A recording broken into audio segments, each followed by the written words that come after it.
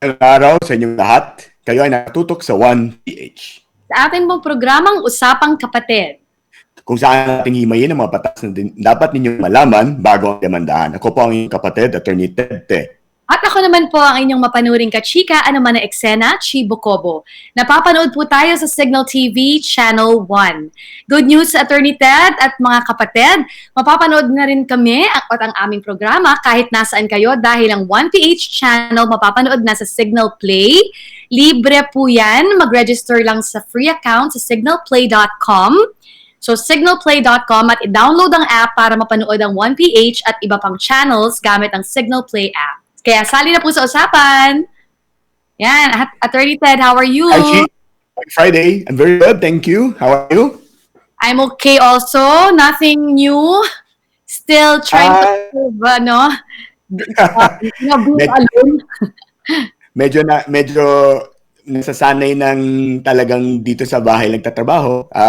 Gahanda ngayon para sa darating na pasukan, even though sa eskwelahan ay August and September pa, pero ngayon maraming mga preparations na ginagawa dahil karamihan nga ng mga klase ay gagawin na online or at least blended. May halong online, may halong physical, at nagbabago yung mga pamamaraan ng pagtuturo. So yun yung pinagkakabalaan ko bukod dun sa mga dati kong mga gawain na yung mga kaso. Ted, paano ka naghahanda para sa bagong phase na ito na online yung pagtuturo mo? Ano yung mga kailangan mong gawin?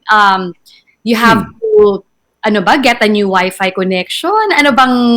Well, kasama doon yung paninigo maganda yung aking Wi-Fi connectivity, no? Dahil malaking bahagi yan ng gagawin na sa klase.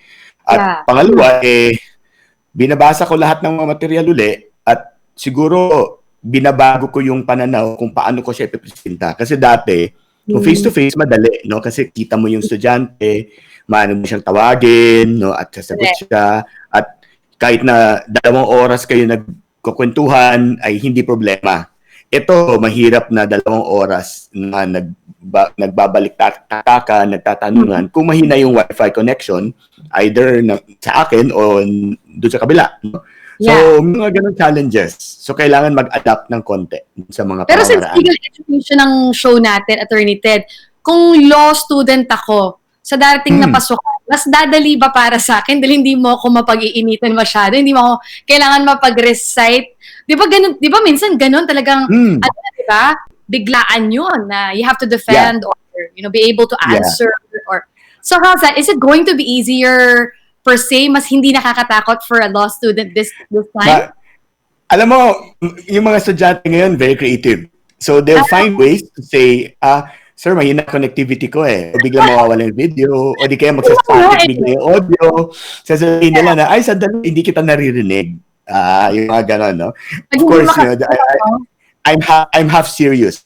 But of course, there are other challenges. No?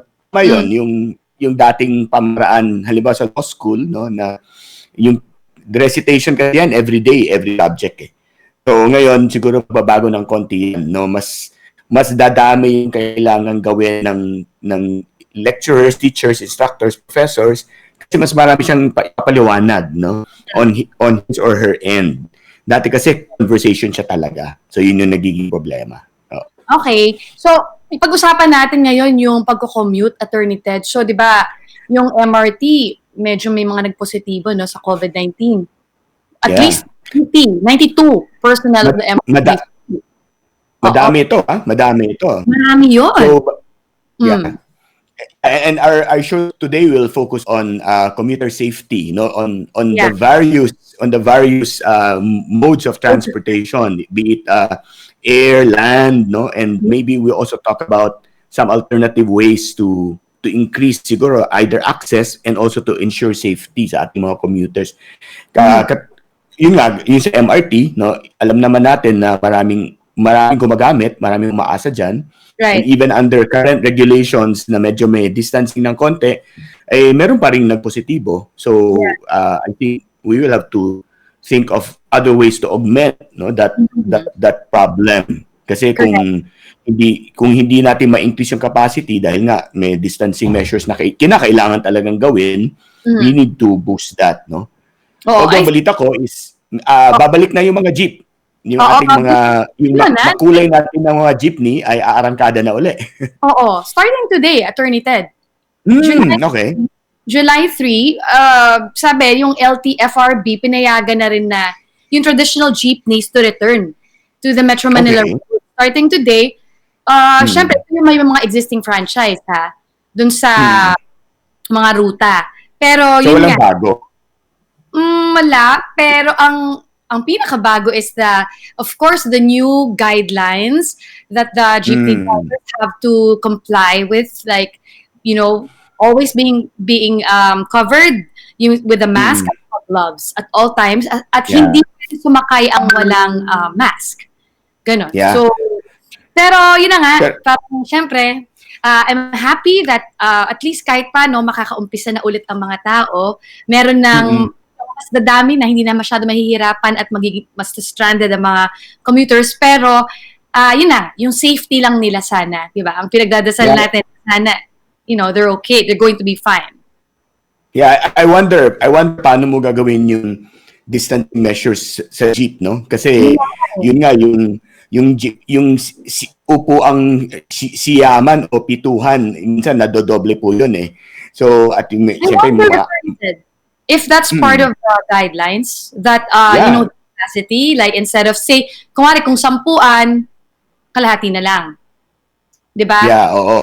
Posible yun.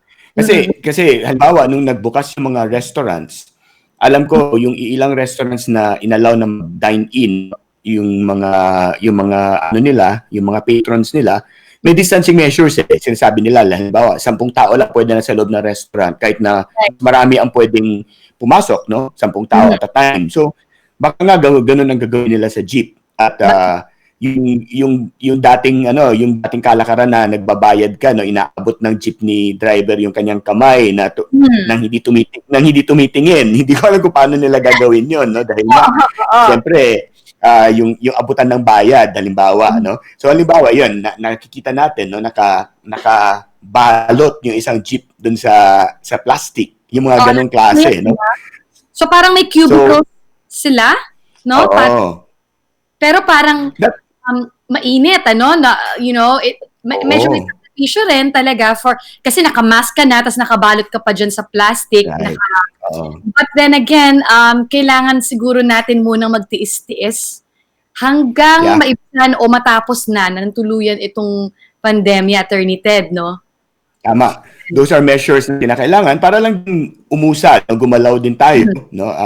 Dahil nga hanap buhay din naman yun ang ating mga kasama na jeepney drivers, halimbawa, no? So, para meron din naman silang pangkabuhayan to help the economy. But also, kailangan talaga balansehin dun sa pangangailangan na i-ensure yung health, no? Public safety, because, again, the pandemic is still out there, the virus is still out there, and so, hindi pa talaga tapos ito.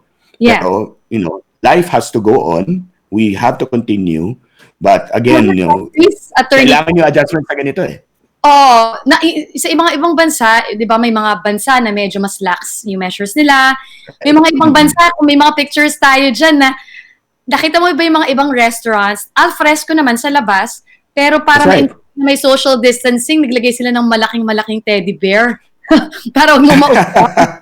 So, tama yun. Kung makita mo from afar yung restaurant na yon, akala mo ang nagda-dine-in ng mga stuffed toys, pero ang lalaki nila, Attorney Ted, life size. Para lang wag mo maupuan. Pero napaisip din ako doon na i-disinfect mo pa rin yung teddy bears, di ba? Tama yun. Attorney Ted. Di ba? Ikaw, katulad mo ka nakapagpagupit ka na sa barberya. Yes, I had. Nagpagupit na ako sa labas. How was it? Like, was there also cubicles? May parang one seat apart by appointment. Tapos pagdating mo doon, hindi naka-aircon, naka-blower lang para yung ventilation. So medyo mainit. Tapos naka-shield, yung barbero, naka-mask, no, gloves, kompleto. Tapos ako naka-mask din ako. So yung ganun. So I think they're really taking measures to protect themselves and others as well. Buti hindi, Okay? ang balita ko, pag nagugupit ka at naka-gloves ka, hindi mo mararamdaman eh. Oo Buti nga, hindi. tama yun. Anyway. Tama yun. At pag-uusapan natin ngayon nga sa episode na to, Chi, yung passenger commuter safety, no? At pag-usapan natin MRT, jeepney, mamaya din masimay natin ang usapang transportasyon sa gitna ng kasalukuyang COVID-19 pandemic. Hindi lamang land transport, kundi pati ang mga paliparan at sea vessels. Paano nga ba mapoprotektahan ng mga commuters at paano masisiguro ang kanilang kaligtasan? Pero bago yan, Atty. Ted, bago tayo magpatuloy sa ating usapan tungkol sa commuter safety, balikan natin ang ilang mga balita sa linggong ito. Inextend ni Pangulong Rodrigo Duterte ang enhanced community quarantine sa Cebu City hanggang July 15, habang ang Metro Manila naman ay mananatili sa ilalim ng general community quarantine. Nirekomenda ni Environment Secretary Roy Cematu ang pagpapanatili ng lockdown sa Cebu sa gitna ng patuloy na pagtaas ng COVID-19 cases na ngayon ay tinaguri ang center of the outbreak. Nag-deploy din ng military tanks sa Cebu City para makatulong umano sa pag-contain ng virus. Kinwestiyon naman ito ni Vice President Leni Robredo dahil maaari raw itong maghatid ng takot sa mga tao. Formal namang inihain ng United Nations Human Rights Council ang kanilang report ukol sa human rights violations sa Pilipinas. Ayon sa report na inilabas ng UN Human Rights Council, ang war on drugs ng Administrasyong Duterte ay nagresulta umano ng kabi-kabilang human rights violation. Ayon sa government figures, ang bilang ng alleged drug personalities na namatay sa war on drugs ay nasa 5,601. Maliit kumpara sa report ng Human Rights Watchdogs na aabot na sa 27,000 ang namatay. Ayon din sa UN, ang Command Memorandum Circular 16-2016 na nagsasaad kung paano i-operate ang anti-illegal drug campaign ay naglalaman ng malingwahing nag-udyok sa pag-violate ng due process. Samantala, naglabas ang National Telecommunications Commission ng 2 cease and desist orders laban sa TV Plus at Sky Direct. Inatas ang ABS-CBN na ihinto ang operasyon ng digital TV transmission nito sa Metro Manila gamit ang Channel 43 na makakaapekto sa mga show sa TV Plus na Cinemo, Ye, Teleradio at pay-per-view na KBO. Kabilang daw ito sa listahan ng mga radio at TV station na pinatitigil ng NTC ang operasyon sa inilabas na cease and desist order noong Mayo 5 laban sa ABS-CBN. Inutusan din ang cable company na Sky Cable Corporation na agad itigil ang operasyon ng Sky Direct-to-Home satellite transmission nito na makakaapekto naman sa mga Sky Direct satellite dish nito. At yan po ang mga balita sa linggong ito. Samantala, ilang grupo ay nanawagan pala sa Pangulo na i-veto ang anti-terrorism bill na naaayong maipasa sa susunod na linggo. Matatapos na po ang 30 araw na palugit kay Pangulong Duterte para aksyonan ang anti-terrorism bill. Maari niya itong i-veto o ibalik sa Kongreso. Lagdaan o kaya naman ay hindi lagdaan sa loob ng 30 days, ngunit magiging batas pa rin ito. Ipapaliwanag sa atin ni Atty. Ted ang veto powers ng isang Pangulo sa ating segment na Ano Kamote?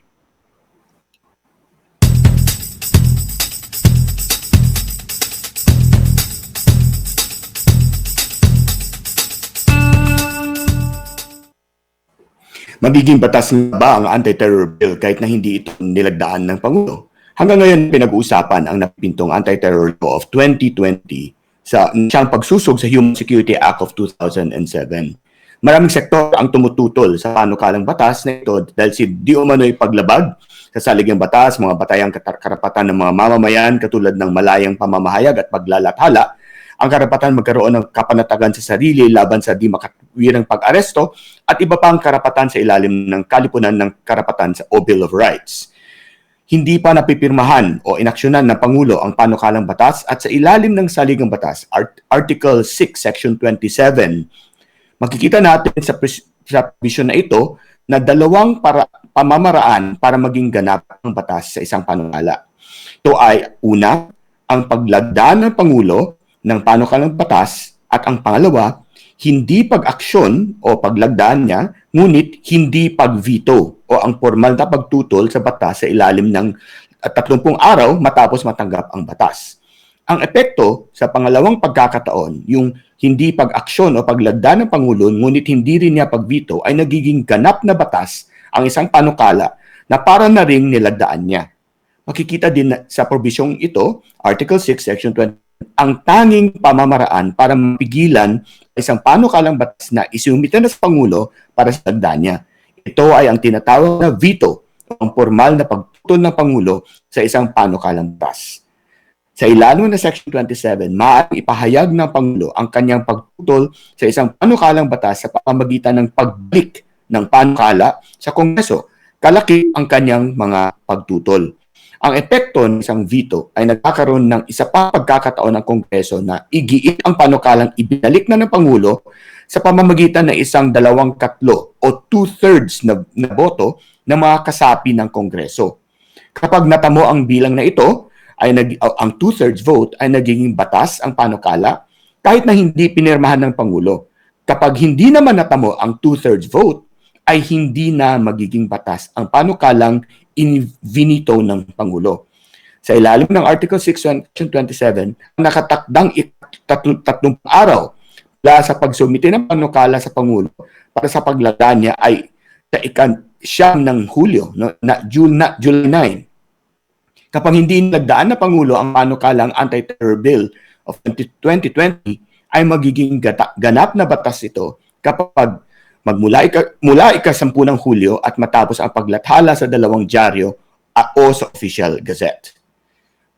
Kaya ang tanging pamamaraan para hindi magiging batas ang Anti-Terror Bill ay ang pag-veto ng Pangulo. Kung kaya't may mga nananawagan pa rin hanggang ngayon na sa Pangulo na huwag niyang hayaang lumagpas ang July 9 nang hindi ito nilalagdaan bagaman dapat ay i-veto niya ang panukala. Patuloy pa rin ang panawagan ng maraming sektor na i-veto ng Pangulo ang nakaambang Anti-Terror Bill. Sa susunod na mga araw, hanggang July 9, ay malalaman natin kung ano gagawin ng Pangulo.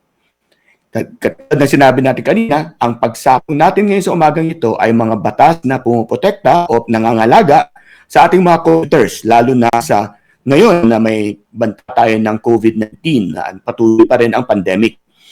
Unahin natin ang issue ng mga paliparan kasama si CAAP Spokesperson Eric Apolonio. At para naman sa proteksyon ng mga OFW na ang ilan ay stranded pa rin, ipaliwanag sa atin ito ng ating OWWA Administrator, si Director Hans Cacdac. Welcome to the show, Sir Eric and ni Hans. Good morning. Good morning. Yes po, good morning Sir Ted, Miss Chi, sa inyong mga tagapakinig, tagapanood. Morning. Okay. So, basics lang po muna yung mga katanungan namin. Magandang umaga ulit. So, Spox Eric, paki-explain muna sa amin briefly kung ano talaga ang ginagawa ng organisasyon na CAAP. Well, actually po, meron tayong 44 commercial airports sa buong Pilipinas. Out of that po, yung 4 hindi sa...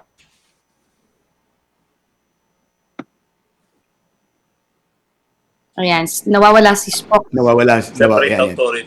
That is NAIA, Sumaktan, Clark.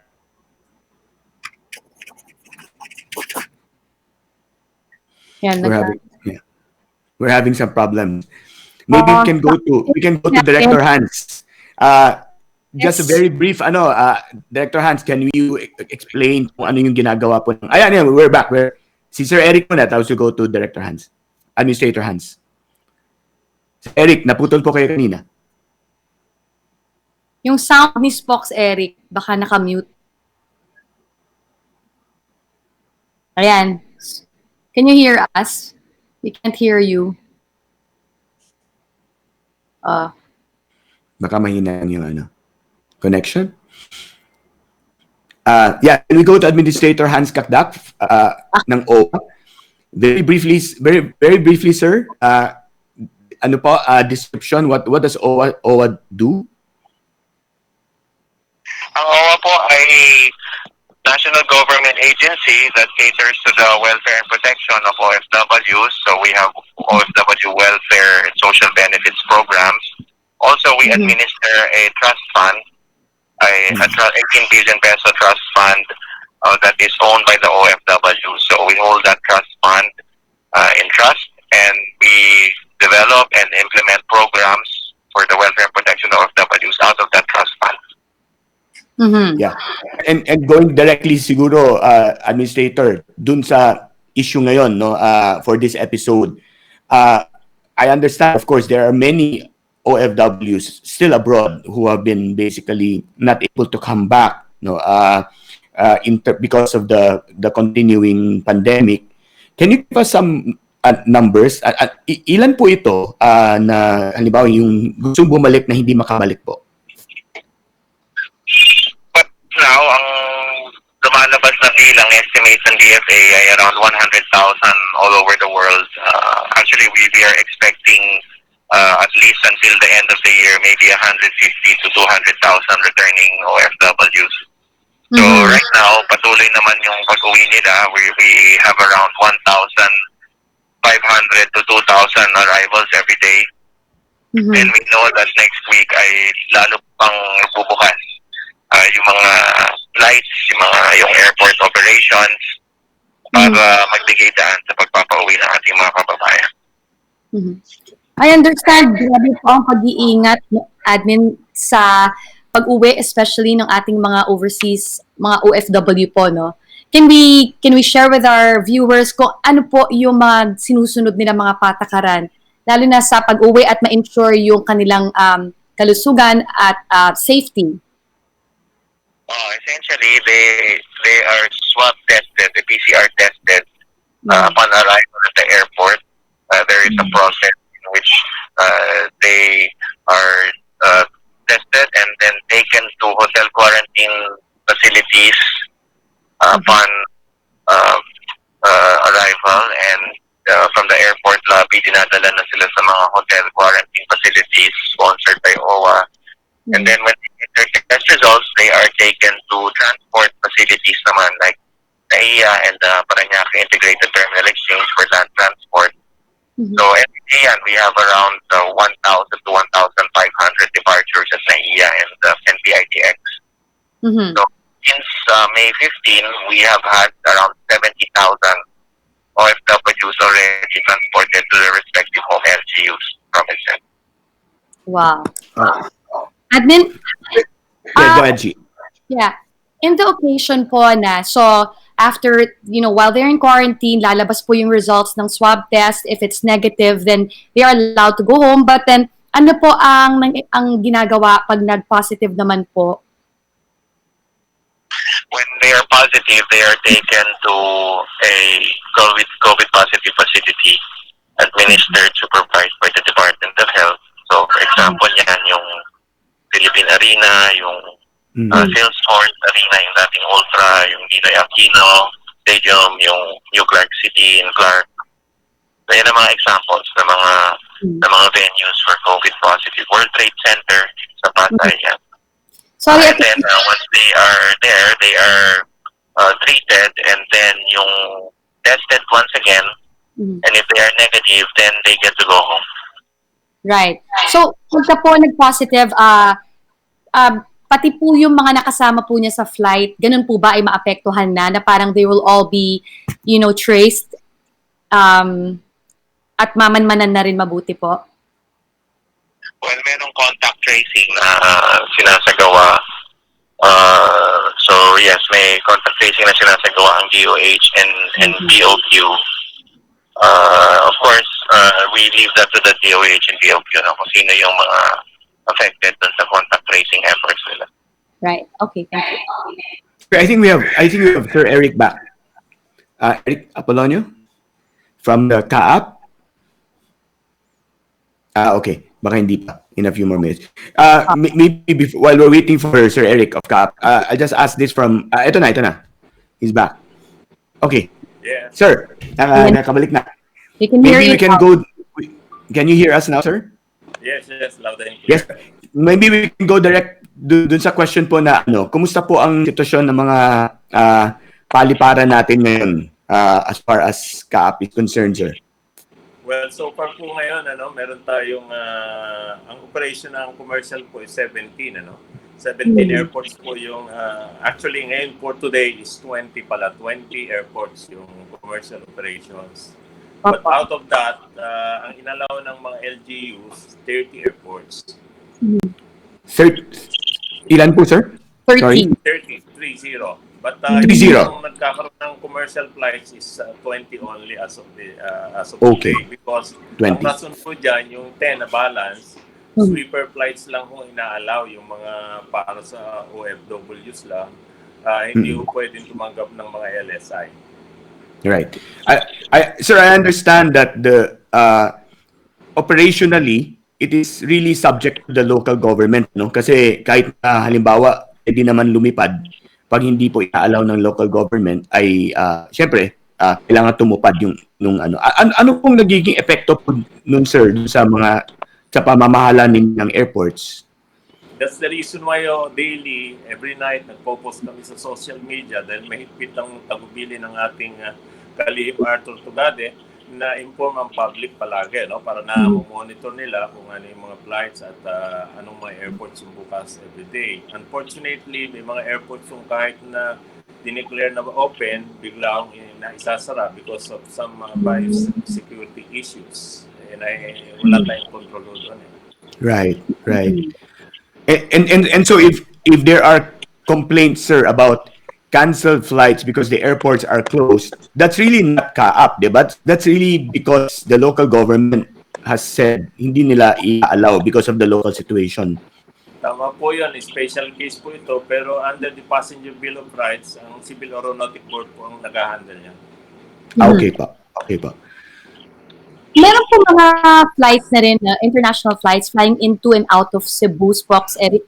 Pero ngayon, di ba, nag-ECQ na ulit po ang Cebu. They're under ECQ. So, magbabago po ba itong mga patakaran na ito?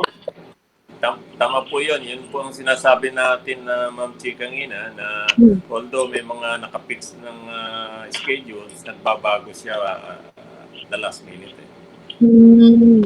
Okay. How about po yung mga facilities naman po sa airport like sa NAIA? Di ba pinapasara yung mga ibang restaurants and all these places there. Meron pa po bang mga ibang pagbabago sa mga paliparan in terms of guidelines, yun nga, mga patakaran po? Well, pagdating ko kasi doon sa NAIA, as I said, separate authorities sila. Although amin yung airside, but yung landside po, especially yung operations ng airport, sila po ang nagmamanage. Okay. Earlier, sir, we were talking to Administrator Hans, no, about yung ating OFWs nga na gustong umuwi, pero of course kailangan subject to availability of flights. Could you give us a rundown what an OFW coming back will encounter pagdating sa airport? Ano po yung mga measures that will protocols that they have to follow? Kanina may binanggit na si Administrator, but from the airport end po, ano po yung protocols that they have to run through pagdating po nila dito sa Manila o sa Cebu or any other airport po? Well, as far as yung mga CAAP airports is concerned, ready naman po lahat yung aming airports, kaya lang may mga limitations po, no? Dahil iba-iba ho ng size ng mga airports, kaya kung minsan po nakikita nyo nagkakaroon ng mga flights cancellation because unang-una kung inilimit ng mga LGUs yung dapat papasukin na mga pasahero sa particular airport, wala ho tayong control doon dahil biosecurity issue to, baka kulang yung facility sila to accept more than yung naka-schedule sa flights. Okay. In terms po of yung kanina po binanggit kayo LSI, yung locally stranded po. Paano po natin doon sa mga LSI po, sir? Well, yung mga LSI, actually, 20 na yung airport na may commercial, But out of that, yung Kalibo, Tacloban at Catarman, ang tinatanggap lang ho dyan ay yung mga returning OFWs, hindi po LSI. But doon sa 17, yung mga airports, allowed ho ang LSI, sweeper flights, and returning OFWs. I see. Okay. Kay OWWA, this is for OWWA naman po. Kanina we were talking about, 'di ba, yung safety at ang pag-uwi ng ating mga kababayan dito sa Pilipinas. Paano naman po yung mga gusto pa ring lumipad? May nakakalipad po ba ngayon sa mga panahong ito? Papunta naman po sa ibang bansa? Opo, opo. Patuloy naman po yung pagpapalipad. May mga departures. Pinayagan ako ng IATF yung processing ng mga OFWs palabas ng bansa. So, ongoing naman po ito. But of course, this also depends dun sa pagbukas ng mga labor market sa abroad. Alam natin na halimbawa mahigpit pa sa Saudi at sa Kuwait, sa UAE. Opo. So a lot of this depends on the immigration and the health protocols ng receiving countries, ng host countries. But as far as the Philippines is concerned, yung mga OFWs, once they have the valid work visas processed by POEA and through OWWA, they can leave the country. So meron pa rin po nakakaalis ngayon. Nasa gaano karami po kaya? Just to give us an idea. Nakakaalis pa rin. Ang nakakaalis, wala pong hard figures, no? Pero ang estima ko dyan, siguro may mga higit kumulang mga 500 to 1,000 na nakakaalis na OFW. Oh, and we also have strict protocols for them po before they are able to leave the country. Ano po? At meron din po tayo mga protocols bago po sila mapayagang makalipad. That's right. That's right. Meron din tayong mga protocols. Halimbawa, for seafarers, nag-impose ang marina ng swab testing bago rin sila umalis. So, ongoing yung mga ganitong klaseng requirements, implementation requirements and protocols. Alright. Okay, that's great. As for CAAP siguro, balikan natin yung sitwasyon ng mga stranded na mga OFWs na gustong bumalik. Ano po ba ang maaaring gawin halimbawa ng CAAP in terms of that other than makiusap sa mga local government? Well, is there something we can do, sir? Yes, actually po, inalaw ni local government na mag-operate yung particular airport. Pero may limit po yan yung kanilang number of passengers na pwedeng accept. Right. Because unang-una ho yung facilities, baka ho hindi kaya kung kailangan ng doon mismo yung swab test at saka yung tinatawag nating quarantine, unlimited din. So, inihinto ho talaga yung pagpasok ng mga excess para sa particular na araw. And besides, so, ang lahat ng airports namin, medyo matagal ang processing ng pasahero, papasok at palabas because unang-una yung social distancing, no touch policy, tapos po, may mga airport tayong maliliit na kailangan konti lang yung makapasok doon sa terminal. I see, okay. Merong akong lately, meron po tayong nakikita na photos of alleged, I'm not very sure if they're OFW stranded, but some of them are families that are nag-squatting sa may malapit sa airport, and the reason for sleeping in the roads, the side sa tabi po ng kalye is because daw, they've had several canceled flights, and they couldn't afford anymore na nabayaran yung hostels or kung saan sila nag-rent. Bakit po nangyayari ito? At saka how can we help them? Yun nga po ang nagiging issue ngayon, kasi minsan yung mga pasahero na naka-obtain na ng ticket of a particular day, biglang na-cancel because of so many reasons like pinahinto nga ni LGUs yung pagpasok sa particular airport. Natural ika-cancel yung flight. Hindi naman po sila pwedeng accommodate ng another recovery flight kasi naka-schedule na yung mga flights for the week. Kaya yun ang nagiging issue talaga, nagkakaroon ng mga kababayan tayong na-stranded dyan sa NAIA. So, but can someone look into the situation kaya ho na kasi parang I'm not very sure if they're still there, but as of yesterday, andun pa yung mga ibang mga tao na nakahiga po dun, may mga bata. So how can we help? Actually po, nung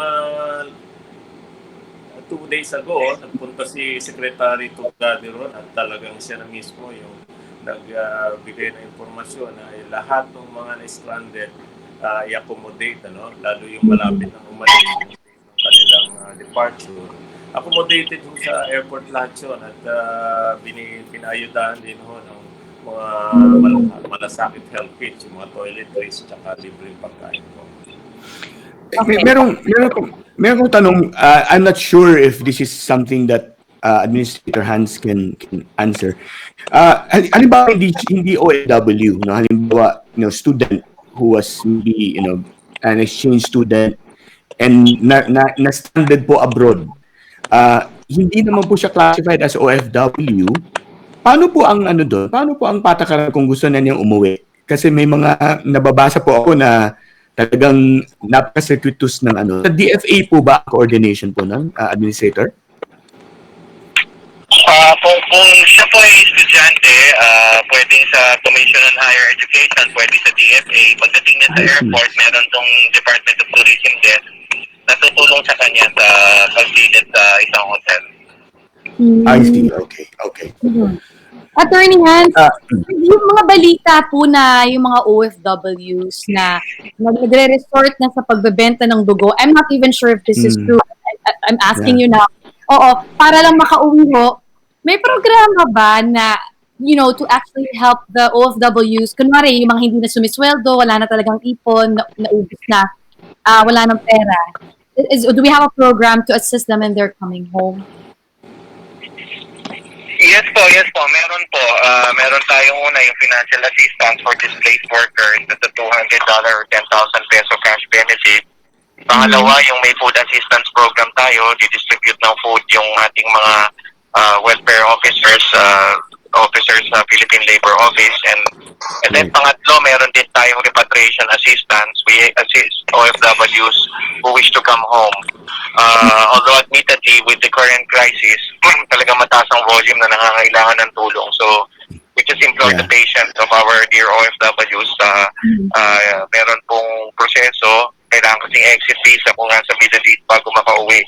So, you just have to go through the processes sa host country patiently until we can assist them in terms of coming home. Papa. So they can avail of this through the labor attaches, to the labor offices noon kung nasan po sila? Yes, that's right. Meron silang, usually yung mga polos, merong hotline, may Facebook pages, pwedeng tumulugo doon. Okay. Ayan. So, yung tanong ko po kanina, so parang there's truth in that po. May mga nagbebenta na po ba, nakaabot na po sa inyong office yung mga ganitong balita? Yes, nakaabot na at sila na ay tinutulungan natin. We are reaching out to them. Yes. Okay. That's good to hear. Yan. So, pinapakita natin sa ating screen ngayon yung anong tulong sino pwedeng tanungan ng mga stranded OFW, stranded students, stranded tourists, at saka sino pa ba kung stranded ka naman sa Maynila. Tama? Yan. So, ito po yung mga programs na pwede nilang tingnan. Anong website ito? Balik Probinsya, Bagong Pag-asa. Residents of Metro Manila. Okay. Yeah. Ang tanong ko naman din po in terms of the OFWs, is it possible to have a schedule or paano po ba ito administrator in terms of their coming back or mag-antabay lang po sila kung kailan magiging available? May mga hotlines po, pero pwede pong kumontak doon. Pwede, as I said, may Facebook page din na pwedeng kung saan pwede dumulog. I know merong appointment system ngayon sa embassies, lalo na kasi meron din tayong mga embassies bawa sa Saudi na tinamaan ng COVID, yung mga tauhan natin. Because our people who have been doing frontline work are exposed to these vulnerabilities, no? So, may mga tao tayong natamaan ng COVID. So, alam ko may mga postal bawa sa embassy sa Riyadh at sa Jeddah. Meron ng appointment system. So, just go to the websites of the embassies natin sa Riyadh, sa Riyadh and Jeddah, and tignan na lang po doon yung appointment chart or system. Pumasok po doon para makakuha ng appointment. Okay. That's good to hear, no, na basically what OWWA, CAAP, they're doing as much as they can under the current limitations and restrictions imposed on everyone by this pandemic. Siguro ang doon is alam natin na medyo it's difficult, medyo hahabaan ng konti yung pasensya, hahabaan ng konti yung appreciation for what other people are doing. That's right. Because I know that I've been hearing a lot of people also complaining. Of course, understandable kasi siyempre gusto nila makauwi. But of course, on the other end, sabi nga ni administrator, there are also people who are working full-time and are exposed to vulnerabilities, lalo na halimbawa doon sa mga embassies and consulates natin abroad. Yes. We're hoping na in due time mag-normalize ang operations. Yeah, that's good to hear. Yeah. Yung last episode po namin, may mga nagtatanong din ho tungkol sa mga OFWs na sadly, they succumb to the disease, they succumb to COVID-19 kung saan sila nagtatrabaho. So doon na po sila na namatay. There are relatives po na nagtatanong kung ano po ba talaga yung mga patakarang sinusunod. Kasi iba po talaga, hindi na po nila talaga makukuha yung labi. Yes, meron tayong difficulty kasi makuha yung labi, lalo na sa Middle East, medyo mahigpit. Talagang meron ng mga kababayan tayong naidiliting doon dahil sa medical protocols, health protocols. And of course, kaya may current effort na maiuwi yung mga labi ng mga namatay sa Saudi, among others. So, meron tayong ongoing na pakikipag-usap sa Saudi government kung paano maiuwi yung mga kababayan natin na sawi. And I have to admit, meron talagang difficulty kapag COVID ang dahilan ng pagkasawi kasi yun nga, may health protocols talagang ini-impose ng Saudi side. So yung family po, yung bereaved family po dito, nakakakuha naman po ng kahit paano ayuda, assistance, for the loss of loved ones. Yes, may death benefits ang families, and we are contacting them. There are death benefits that we could provide them, so we could help them maka-move on sila dito sa kanilang pagdadalamhati. We're about to end the segment, but siguro we can ask for a few words from our guests. Let's start with Attorney Eric, Sir Eric from CAAP.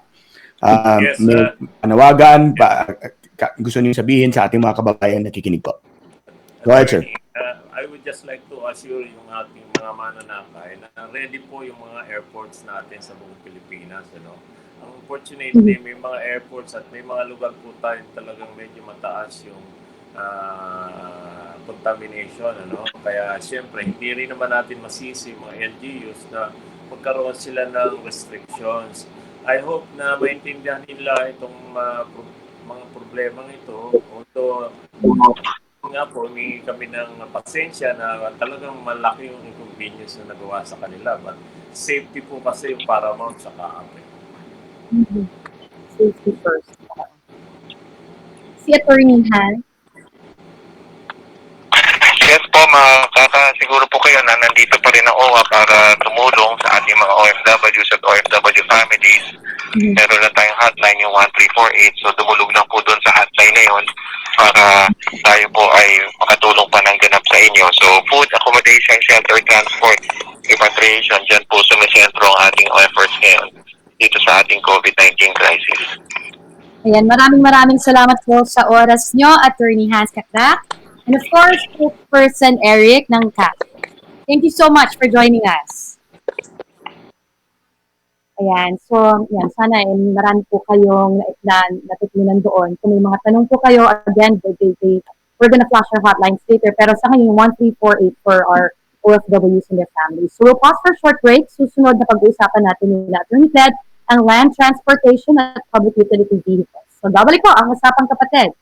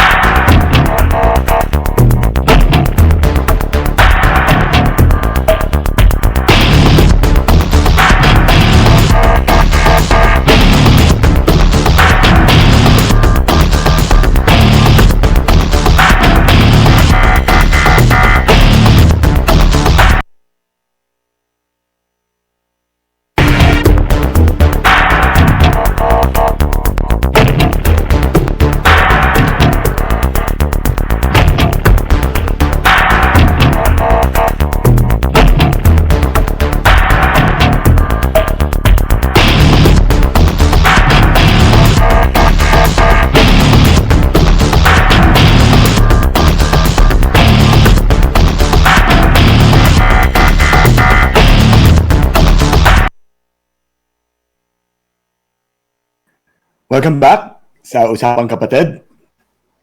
I'm back. Yes. Naputol ako kanina. Channel 1 at live din po tayo 1PH Facebook page at YouTube channel, Attorney Ted. At yes, at ngayon makakasama natin, kanina pinag-usapan natin air travel and then OFW situation in relation to those na gustong bumalik, yung sitwasyon ng ating locally stranded individuals at bahagya na discuss din ng ating bisita kanina si Administrator Cacdac yung tungkol sa sea travel. Ngayon makakasama natin land transportation na mapag-usapan natin. Kasama natin dalawang bisita. Ang una, si Atty. Ariel Inton, founder ng Lawyers for Commuters Safety and Protection. Welcome, Atty. Ariel. Good morning. Yes, good morning. Good morning sa inyo. And then kasama natin si Mr. Jedd Ugay, ang Chief Mobility Officer ng AltMobility PH.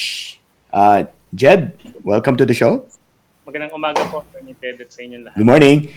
Siguro very quickly, I will ask first Atty. Ariel and then si Jedd to give us an introduction to the groups that you are representing. No, si Atty. Ariel muna, Lawyers for Commuter Safety and Protection. Ano po ito?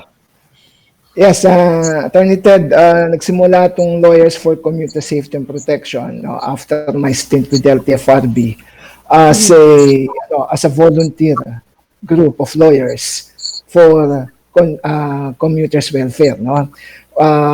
Kasi nung nasa LTFRB tayo, when we exercise quasi-judicial function at may mga reklamo mga commuters, nakita natin na halos wala, no? Walang nagre-represent sa mga complainants and therefore nakita natin yung kakulangan ng legal representation dyan. So sabi ko, pagkatapos ko dito, siguro I'll form a lawyers group para dito.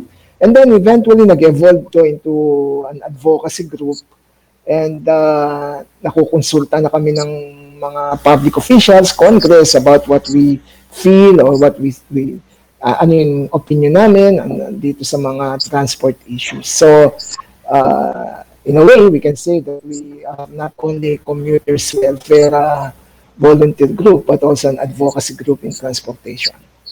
Okay. Yan, good to know. Si And Jedd, si Jedd for AltMobility PH. Opo. So, part po ako ng AltMobility PH. Sinimulan namin ito actually ng mga kapwa ko, mga colleagues. Galing kami from government also. So, some of us are from the some of us were from the DOF. And parang ano kami, mga bata na fresh grad nung nagsimula kami, tapos nag-masters na rin kami abroad. At sabi namin, parang wala nga nagre-represent, tama yung sinabi ni Atty. Arnel na wala nagre-represent sa computers. So, ang gusto sana namin ay gumawa lang ng grupo ng awareness and education campaign yung pagsimula namin. Gumawa rin kami ng social media group para malaman ng mga tao ang mga posibleng solusyon sa ating transport problems. At napansin din po namin kasi yung nananaig ngayon na mindset ay medyo car-centric ang tinatawag namin at medyo ito yung lumang paraan kung paano solusyonan ng ating topic, laging road widening at laging private vehicle ang priority. So sabi namin, simulan na nating ipakita ang bago ang ginagawa sa ibang bansa, lalo na sa Europa, na mas people-centered transport. So yun po yung tawag namin sa sarili namin ay mga young transport experts na nagpo-push po sa mas people-centric and commuter-centric na mga solution. yeah, ang ganda. Parang gusto kong pag-usapan niya ng mahaba. Kung ano-ano pong mga, yung mga kanilang mga sinasuggest, di ba?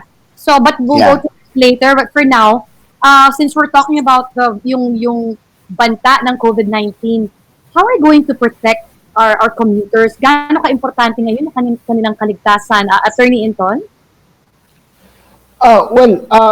Talagang mahirap mong i-balance ngayon yan. No? If you would recall, during the ECQ sa Metro Manila, sinuspend ang public transportation. So, kanya-kanyang diskarte ang nangyari.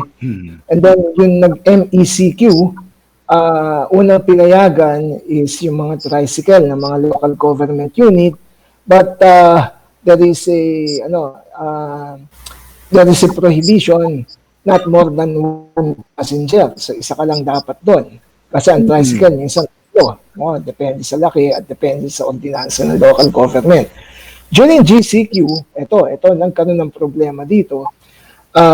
While we expect about 2 million passengers to be going back to work during a GCQ scenario, ay ang LTFRB ay naglabas ng mga memorandum circular kung saan hindi kaagad pinalabas ang mga public utility vehicle because of COVID-19. Yung mga health protocols, kailangan daw pag-aaralan yan, physical, social distance, etc. etc.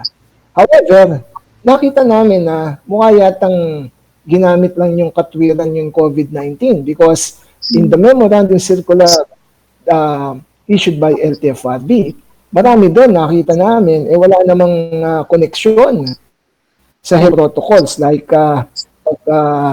pagpuputol ng rota, pagpapalit-palit ng mga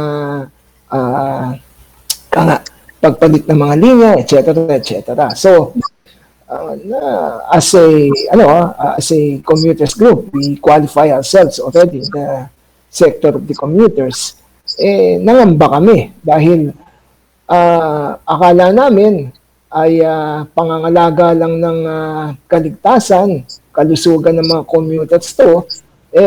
Kumbaga sa legislation, bakit may rider? Bakit ang dami natin pinalitan, ang dami natin binago, na wala namang koneksyon sa pandemya?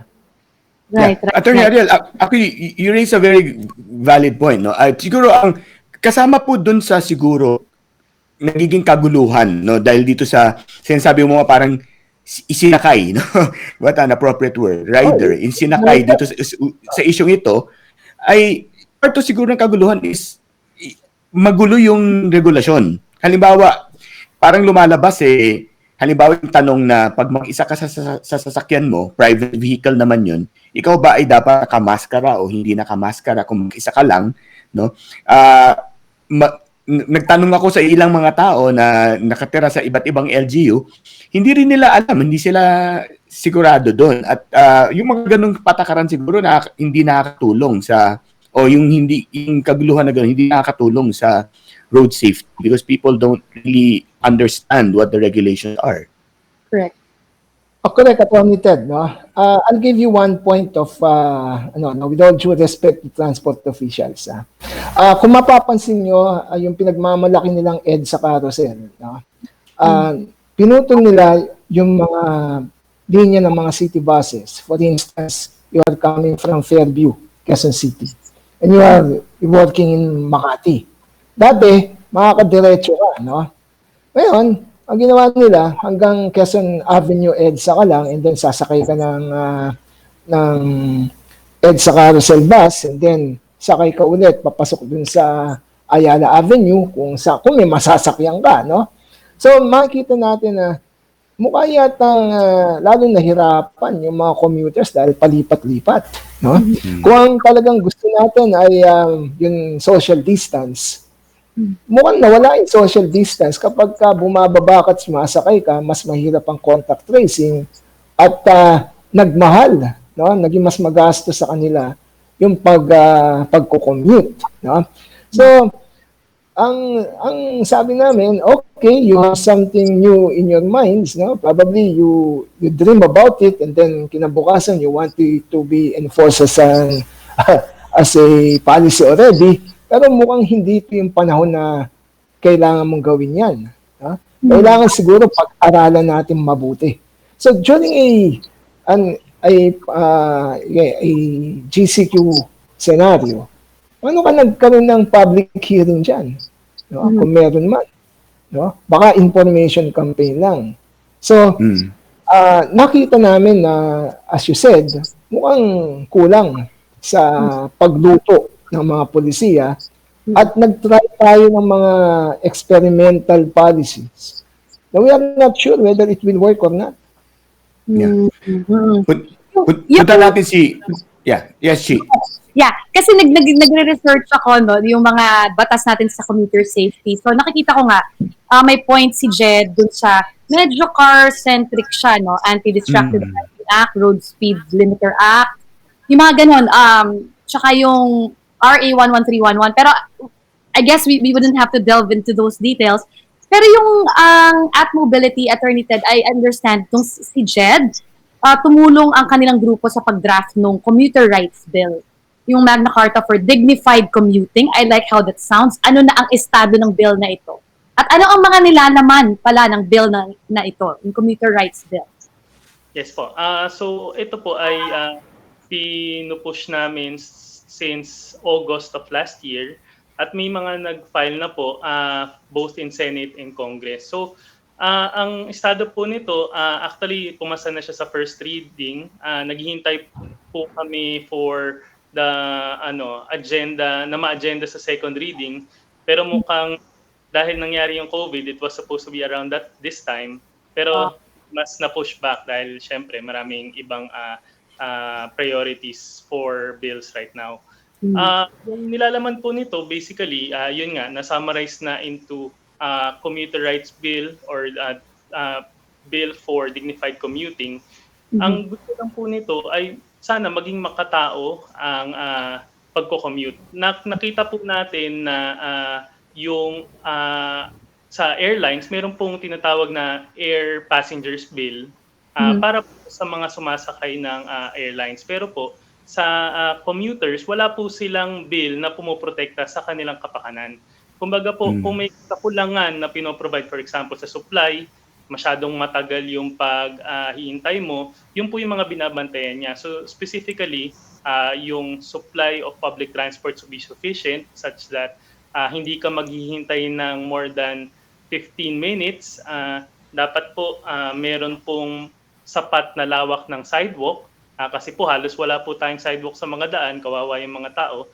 At hindi po dapat gawing parking yung sidewalk.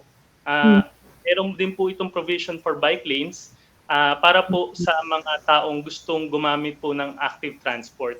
At last, meron din po itong sinasabi na dapat prioritize po ang movement ng public transport sa ating mga daan. Kasi sa ibang bansa po, kapag gumamit ka ng public transport, mas mabilis po yung biyahe niya kaysa sa private. Pero po dito, baliktad, pinapabilis po yung private at the expense of the public. Kahit po, yung public transport ay mas marami pong nadadalang tao. So, dahil po doon, yung behavior ng mga tao, syempre, mas gusto mo nang gumamit ng sariling private vehicle na nakakadagdag sa trapiko. So, yun po yung mga main parts. Pero marami pa rin pong iba pang laman na hindi ka na babanggitin.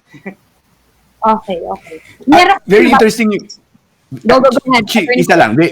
Very interesting yung last point na binanggit ni Jedd, na yung prioritizing public transport over private transport because basically the idea is to encourage people to take public transport kasi dapat mabilis siya and ideally dapat mas matipid siya kaysa less troublesome than bringing your own car kasi isipin mo pa doon, magpa-parking ka pa, magbabayad ka sa parking and everything, no? And then you can do your own thing, work, sleep, rest while doing public transport. Doon ba sa inihain yung panukala, paano nyo anong practical na paraan na sinasabi nyo para magawa yun? Yung saying, encourage prioritizing public transport over private transport. Okay po. So yung isa po dito ay ang magkaroon po ng mas maayos na implementasyon at design ng dedicated PUV lanes. Ngayon po, sinusubukan nila, so medyo going towards that direction na, pero mali pa rin po yung disenyo. So marami pa rin pong kailangang ayusin doon. But yung basic concept is that yung mga public transport po natin, sana as much as possible, para po siyang train na hindi siya na-delay. Kasi po, kung ganun, mas reliable, alam niyo po yung magiging travel time niyo dahil dedicated lane na. So, mahirap po siyang disenyuhin pero nagagawa po siya basta maayos po ang kanyang pamamalakad. Meron din pong iba pang mga schemes tulad ng may mga bridge po, for example, or na pang public transport lang. May mga daan na public transport lang ang pwedeng dumaan at bawal po dumaan ang private vehicle. So ganito po yung ginagawa sa bansa. Meron din po na priority po sa traffic light ang mga public transport na may 10 seconds, 15 second advance traffic light yung mga public transport para po mauna po sila sa daan. So ilan lang po yung ginagawa. Okay.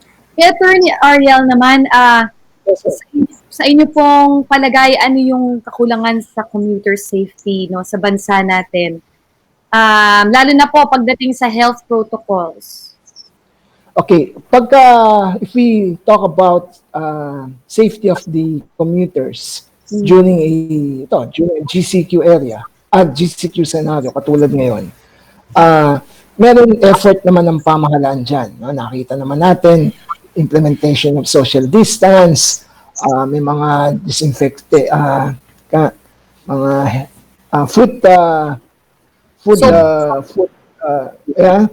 tapos mga alcohol, etc. Pero pag nakita mo nga, yan, nakapaloob naman yan sa isang memorandum circular ng LTFRB. What we are concerned about is the rider.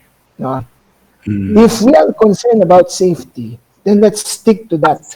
Huwag na natin paguluhin pa. Para tayong, kumbaga, parang kung ito ang linuluto natin, huwag nating lagyan ng chop suey. O kapag nag-prepare tayo ng halo-halo, kung ano yung, ganun nangyari kasi. So, tuloy, nagkalito, binago mo yung linya, binago mo lahat. So, imbis na mapatupad mo yung social distance, in the first few days, ano nangyari? Walang masakyan yung tao. Hindi nila alam kung saan sasakay. So, kailangan pa maglibre sakay yung ang pamahalaan. They tried to remedy the situation. Yung mga AFP trucks, nandyan, PNP trucks, o ano nangyari? Hindi patong-patong sila doon. Diba? So, yun yung sinasabi natin na kung doon lang tayo sa health issues, sa ngayon, during GCQ scenario, then we stick to that. Ito pang, again, Attorney Ted, we go back sa kanina sa example ko. What is the connection of changing the routes of buses to health protocol? Hindi ko talaga makita. Even probably Jedd could answer that question kung maalan niya. Hindi ko makita na binago mo yung linya for health protocol. Unless meron kang gustong papasukin doon sa linya to, which is happening right now. Yung linya dapat ng jeep, pinasok ng bus. Anong connection doon sa health protocol? Di ba? Right. So, kung gusto natin talaga yun, doon lang tayo. Basic lang tayo. And then if you want to introduce some innovation, katulad sa EDSA, dinagay mo sa gitna. Tama yun. Alam nyo, sa Turkey, ganun sa Istanbul. Pero ang sa Istanbul, since sa kanan yung babaan, pabaliktad yung bus. So kung private vehicles pa ganun, yung bus pa ganun, para pagka bumaba, nandun siya sa safe side. Dito, pinilit mo, sinabay mo, so kaya pag bumaba, pwede kang nandun ka sa danger side. Kaya sasabihin ng MMDA, gusto natin ilipat nyo yung mga bus, ilipat nyo sa kaliwa, yung pinto. Kailangan gagawin yun.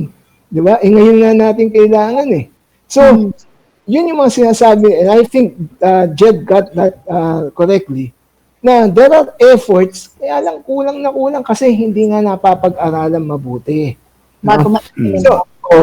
So yun nga ang namin, kung hindi pa natin pinag-aaralan, abay dun muna tayo sa basic. Huwag muna natin galawin. Ngayon, pagka new normal na tayo, abay sige, tingnan natin. So, yun yung mga nakikita nating dito ngayon. In general naman, I'm glad na there is a bill now in Congress para sa commuters' welfare. Maganda yan. At sana maimbita kami. We probably could inject some proposals there na, yun nga, ang waiting time, ito, no, ang senaryo ng isang pasahero, 4 na oras, at least 4 hours, no, bago siya makarating sa pupuntahan. No, 2 oras dun sa sasakyan, 2 oras sa paghihintay. No, kung mababawasan natin yung paghihintay, no, malaking bagay yun. We also have a computation. No, ang computation namin dyan, sa isang taon, no, in 1 year, an ordinary commuter spend 2 months, no, 2 months dun sa pagko-commute. 2 months. And that, 2 months. So in 12 months, 2 months nandun ka sa sakyan. No? So, that explains why mas gusto nila, bibili na lang ako ng sasakyan. Marami pang, problema dyan. Dati yung mga, no, siguro, we belong to the same generation na Tony Ted. No? Dati, ang hirap bumili ng sasakyan, ha? Oo. Mahirap bumili ng sasakyan. Lalo kung abogado ka, baka hindi ka mapagbilan. No? Ngayon, punta ka sa mall, may mga zero, Pwede ka makauwi kung may sasakyan. May mga zero down payment, low down payment, ang dali bumili. No? Kaya tuloy. Pero, puntahan ko lang yung, puntahan ko lang yung point, no? Actually, parang nagtutugma yung sinasabi ninyong dalawa in terms of how basically government, no, is looking at the situation na parang off yata ng konti. Ito naman, I'll take a position, for example, that says, hindi ba nung panahon ng ECU, yung walang tao masyado sa kalye, yun sana yung pinakamagandang pagkakataon sana na kung meron mang kailangan baguhin, meron mang kailangan eksperimentuhin, meron pa kailangan pag-aralan, let's say if they wanted to do simulations, kayang gawin nyo kasi walang tao sa kalye. No? Jedd, yun bang karanasan nyo in working with or advocating or lobbying for reforms? Nakikita nyo ba yung ganong klaseng disposition, for example, using science or other fields, no? Ito ba nakikita nyo dun sa sitwasyon? Halimbawa kasi one particular opinion na nabasa ko, no, tungkol sa Metro Manila, may isang landscape architect na nagsabi, Metro Manila is hopelessly congested. The only way to change Metro Manila traffic is to move people out of Metro Manila. No, do you see that as a stumbling block dun sa mga pinupush nyo na reforms? Una dun sa health muna na concern, no. Actually, dapat yun. Kung priority natin yung health, dapat sobrahan pa nga natin actually yung supply ng public transport. Pero ngayon po, very limited and therefore, magkakaroon ng mas mataas na chance na mag-crowding. Kasi nga po, pag kulang yung supply, syempre, mas gusto na ng tao na makipagsiksikan or makipaglaban para makasakay lang sa bus. Instead of, nandyan po lahat ng ating supply, kung binalik po lahat ng supply, mas maluwag po, mas hindi po nila pipilit yung sarili nila. Also, yung paghihintay po sa daan, makikita niyo po ngayon, ang dami po naghihintay sa daan ng ilang oras or 30 minutes or more than 30 minutes dahil po wala nga pong masakyan. So, kung gusto po talaga natin na unang-una, health po yung priority, mas maganda po yung sobrahan kaysa po itong installment na kulang tapos pakonti-konti ilalagay dahil po since day one po, nagdudusa na yung mga tao.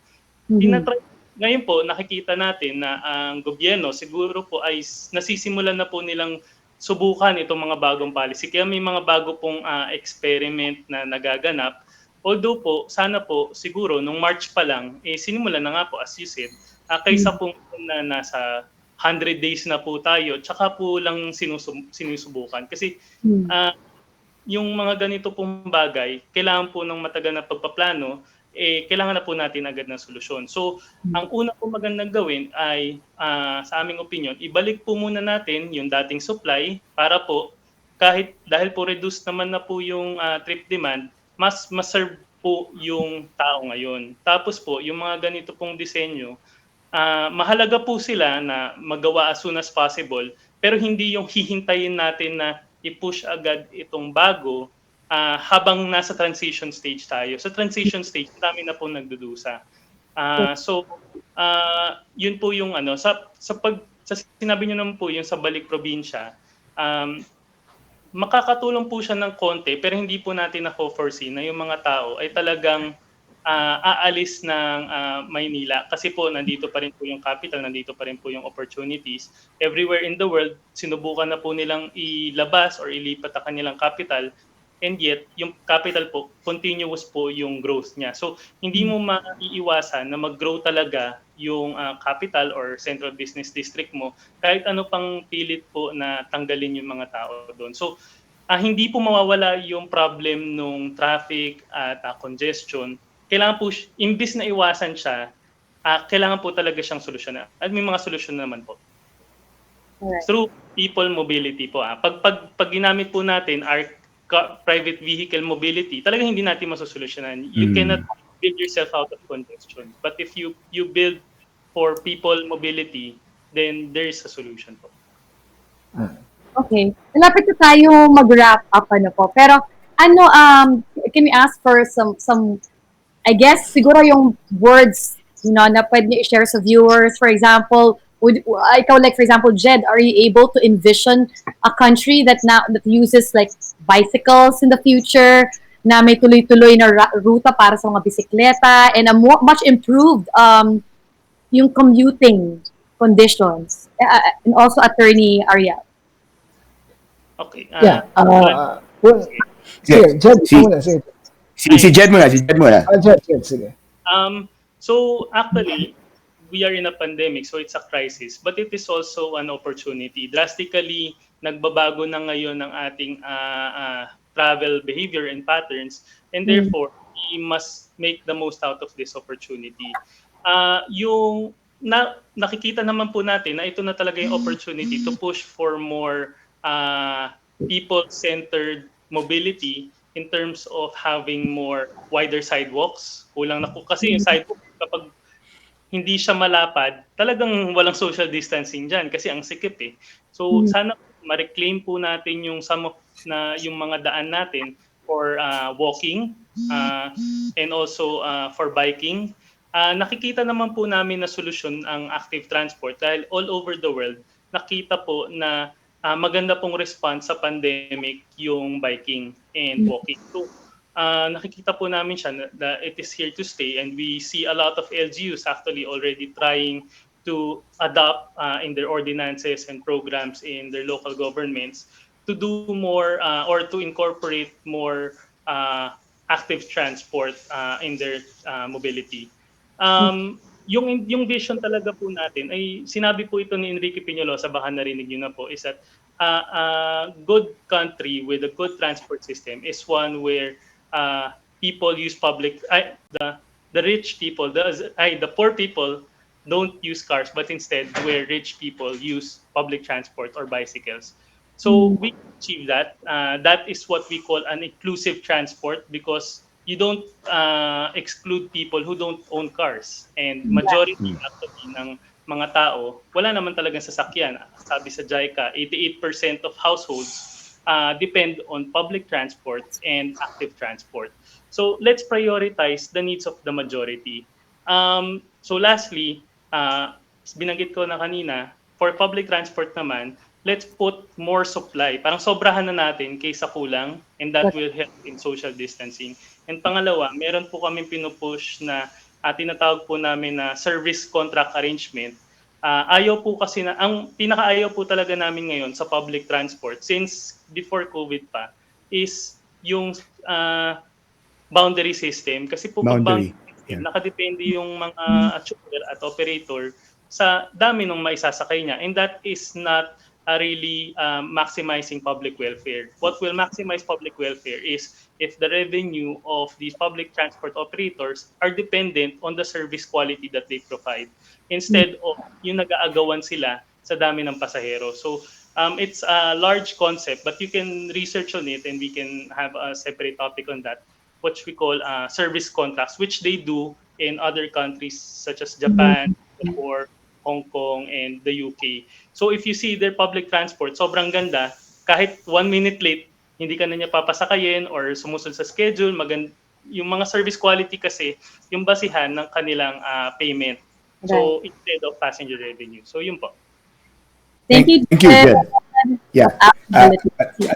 Attorney Ariel Inton, last few words. Maraming salamat. Nakakuha Thank you. tuloy ako ng expert witness dun sa kasong pinal namin, no, kay Jedd.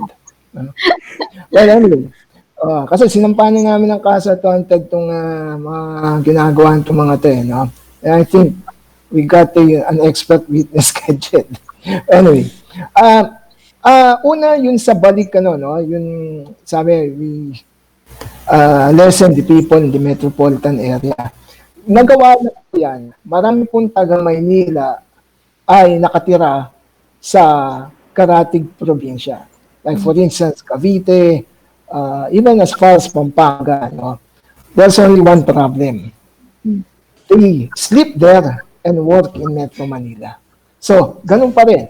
Ang day population ng Metro Manila ay mas marami kaysa sa night population.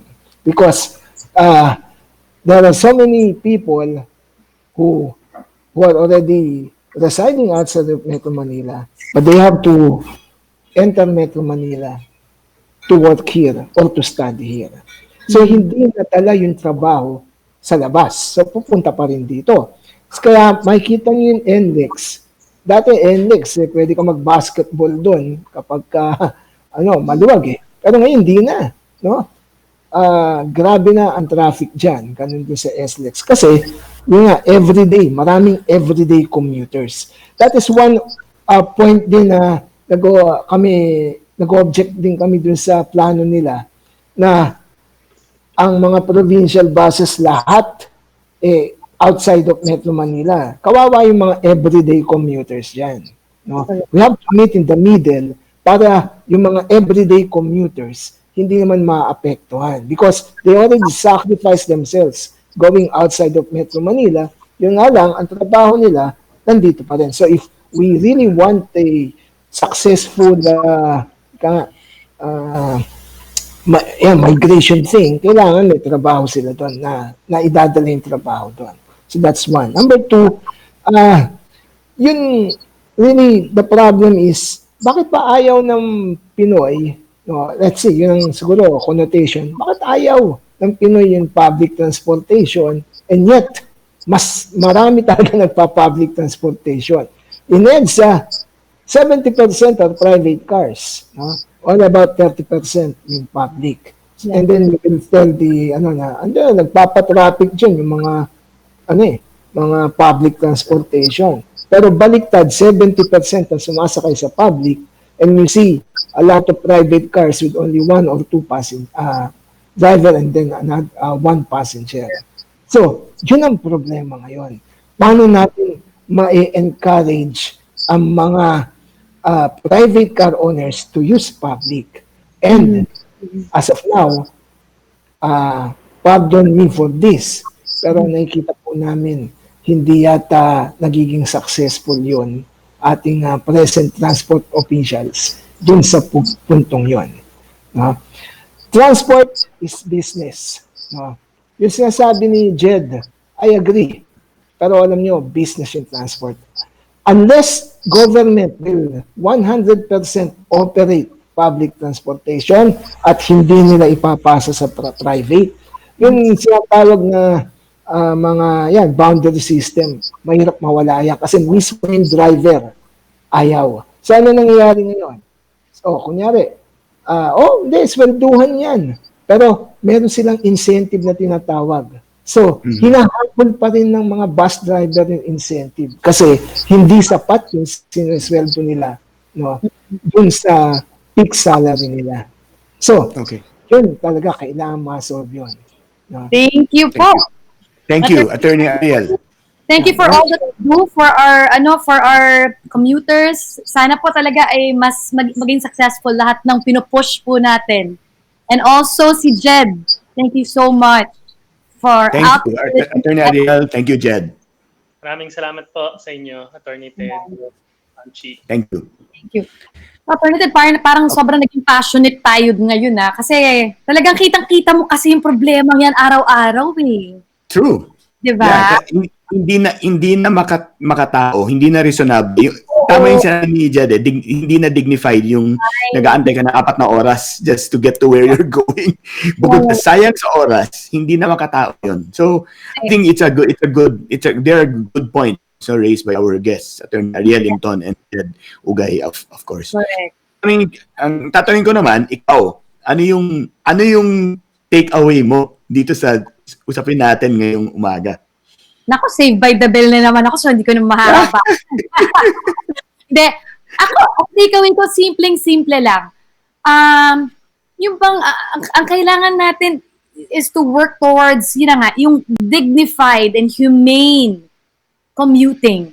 Atty. Ted, hindi ko sukat maisip yung 4 hours average of commuting every day, and that you lose 2 months of your life, like in a year, commuting or sa pagpila, di ba? Yeah. Kasi sa ibang mga bansa naman, Atty. Ted, tama naman yung sinasabi nila, it's very pleasurable to, di ba, leisurely to take public transport. In fact, we'd often do that because mahal ang taxi sa ibang bansa and everything. So, Ayan. basically, ang takeaway ko lang is sana ang pagtuunan ng pansin ay yung karapatan ng ating commuters na maging safe sila, the right to breathe in clean air when they commute, and also to experience nga yung dignity in commuting, na parang sa ibang bansa kahit na multi-billionaire ka, nagko-commute ka, di ba? Nagda-subway, bus ka. So I wish that could also change dito sa dito sa bansa natin, na mas gumanda talaga yung condition natin in terms of public transport. At damihan, tama naman yun na, imbis na kinukontian natin, damihan natin yung supply right now para wag magkumpulan. Para wag na magsayan at mas mahirapan at magsiksikan. Yeah, that's a very practical suggestion, which I think makes a lot of sense. Yeah. And and on that note, we will end the program today on that note. At dito po programa. Sana meron kayong napulot na helpful tips at bagong kaalaman sa ating isang oras ng usapan at talakayan. Muli, ako po ang inyong kapatid, Atty. Ted. At ako naman po ang inyong mapanuring kachika na eksena, Chi Bocobo. Magbabalik ang Usapang Kapa-Ted dito sa 1PH. At good news mga kapatid, mapapanood nyo rin ang aming programa kahit nasan kayo dahil ang 1PH channel ay napapanood na sa Signal Play. Libreng-libre yan, mag-register lang para sa free account sa signalplay.com at i-download yung app para mapanood po ang 1PH at iba pang channels gamit ang Signal Play app. So, kami ang boses ng Pinagkakaisang Pilipinas. God bless!